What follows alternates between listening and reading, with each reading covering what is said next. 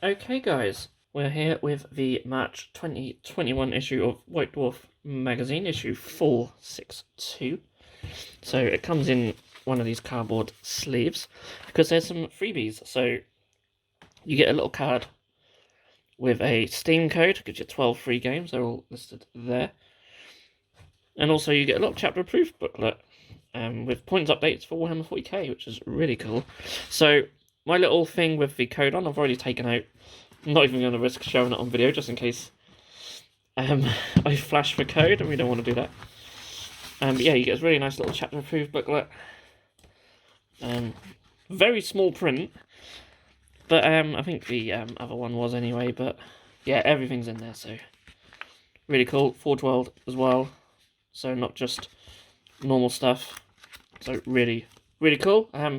Quite vital, really. If you play 40k, I did actually tear mine at the back accidentally, so that was clever. But yeah, so well worth picking up just for that, really. But yeah, we'll get this out of the way. Obviously, if you don't play 40k, then don't need it at all. But yeah, we have this really nice Eldar versus Imperial Guard artwork. And perhaps we'll see why inside. Let's open it up. So, Warhammer goes PC, so just talking about the PC codes. There's also a 75% discount on Slytherin's Warhammer 40k Gladius Relics of War. So that's cool. Some other little bits as well. Contents. And contact. That is just awesome. Great conversion. Always nice to see conversions in the White Dwarf. So, conversion corner. It's always a good place to start. And speaking of awesome conversions, that Gabriel Seth is amazing. Apparently the cloak is made out of plastic card, which is really impressive. Awesome. He's a character I wouldn't mind converting up sometime, actually. Really cool colour scheme and a little painting guide there as well. For the Castellans of the Rift and Primaris chapter. Really nice and unique colour scheme. And then there's a spotlight on Adam Gladzinski and his Necrons. Beautiful Necrons. And World of Warhammer, so this is something for you Space Wolf fans. All about Space Wolves. And then we go into 40k. So, we have a Tale of Four Warlords first. So we have the Sons of Medusa, Necrons, Sisters of Baal, and Orcs. And what's nice is they show off the first 25 of power through their Crusade Force, so you get your little list. That's what I was saying, what's there, a little colour painting guide for the Sons of Medusa as well. I think it's the same for all of them, so same layout on every page. I absolutely love the blue that they've got going on here. And we've got the Sisters. Force come along really nicely.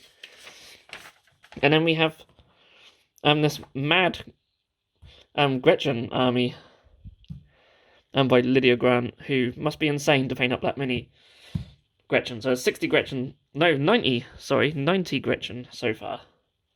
90 Gretchen. Yeah, how she's still sane, I have no idea. Then we've got some more Flashpoint. So, if that's your thing, always lots of Flashpoint content. Unfortunately for me, I don't really know much about it. I know it's like campaign and stuff, but, you know, we haven't been able to play any games for about a year, so... but always good to have that content going forward. Index of status for the Exorcists chapter. Really cool, so loads of fluff on them. A chapter that don't really get much love, if any. So it's really cool to see these index of status for these sort of smaller chapters, so to speak. Got a chapter tactic, relics, warlord traits, and stratagems. Really cool. That's all you get rules-wise. But you get lots of lovely pictures of miniatures from various different painters. So that's really, really cool. And of course, you get a painting guide as well. So really cool. I'm really liking the Index Astartes articles. I'm so glad they're back. They're an article series I used to love back in the day. So Echoes from the Warp was all about terrain and tactics using terrain on the battlefield. And then we have a new series. So this series focuses on specific factions and sub-factions. And they're looking at Craftworld Babel. So one of my mates was actually his first army, I believe, was Babel. So had plenty of experience playing them back in the day, or playing against them, I should say. Always been a big fan of the sort of fawns on the tanks and the colour scheme in general, even though I really wouldn't want to collect an army that's mostly white. Really cool. I love the Shining Spear there as well. And I love the Wraith Knight colour scheme, it's very different. We've got some Guardian Defenders with some nice cloaks as well. Wraith Lord's amazing. I always love... if you're not familiar with the Wraith Lord model, it's really quite easy to pose it differently. So it's really cool, you can do some really cool poses with it. Here's a miniature I really do like.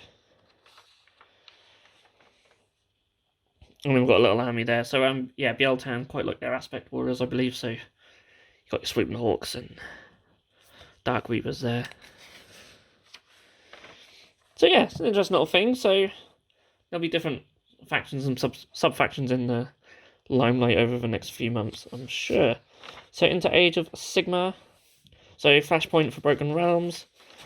Again, it's not something I'm too familiar with, but there's battle plans and other campaign rules as well as fiction. And then we go into a battle report. So this is really cool. War of Flesh and Bones. There's essentially Flesh Eater Courts versus Oziarch Bone Reapers, which is quite cool. Both led by a custom character, which I assume has just been made with the Anvil of Apotheosis. So I really love how sort of just bloody these look. They are awesome. And have I missed a page? Normally you get an overview of the battlefield, but I don't think we've got one. No. Unless it's literally just that. It might well be. Yeah, as always though, I don't like to ruin the result for anyone. So we'll go on to rules of engagement. So Jervis is talking about playing solo. Something that I did try when they did bring out some solo rule set. They weren't brilliant, but oh, I just knocked a base over. I assume that's what this is about, yeah. But I obviously don't know the details, so I don't know what them little graphics are all about. But that's for you guys to read. Black Library, I have a little bit on Uriel Ventress. There's his miniature there. I'm still not overly keen on his head, but the rest of the miniature is absolutely stunning. And Path to Victory. So we're looking at the latest two warbands, the Starblood Stalkers and Kagra's Ravagers. Just every warband in Underworlds is amazing. I think it really gives the designers an opportunity to really put a lot of character into each individual miniature, and they certainly do that really well. I did have a lot of joy painting these up. So yeah, it's all looking at them. I assume tactics and whatnot for them as well. It's been a long time since I've played Underworlds, let alone any game. So Slayer of Gods. So 2 scenarios in which you can field the new Titan. I was just trying to remember what it's called. Oh, I'm sure you guys know. Anyway, it is a thing of beauty.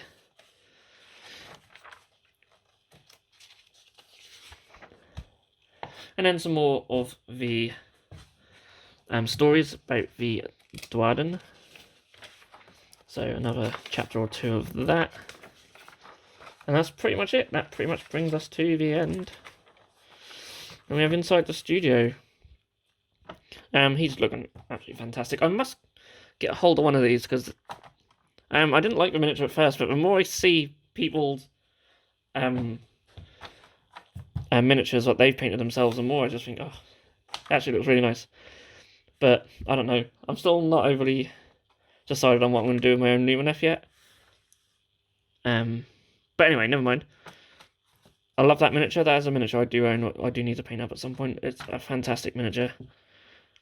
And do you like that? And yeah. As for Warmaster, so yeah. So next issue is Battle of Tepok's Eye. I don't know what that could be. It sounds quite Seraphon-y, but I could be completely wrong with that. But yeah, that was the latest White Dwarf. Definitely worth picking up for them Steam codes and the little book, the points update. I think it says in there the Steam codes altogether. It's about £200 worth of games. Obviously, a lot of them are quite old now, but still, you just can't argue with free, can you? And yeah, I mean, stuff inside, not too bad. Not too bad. Probably not the greatest one in terms of content, but who knows? Maybe GW know that, and that's why they bundle in the free gifts with them.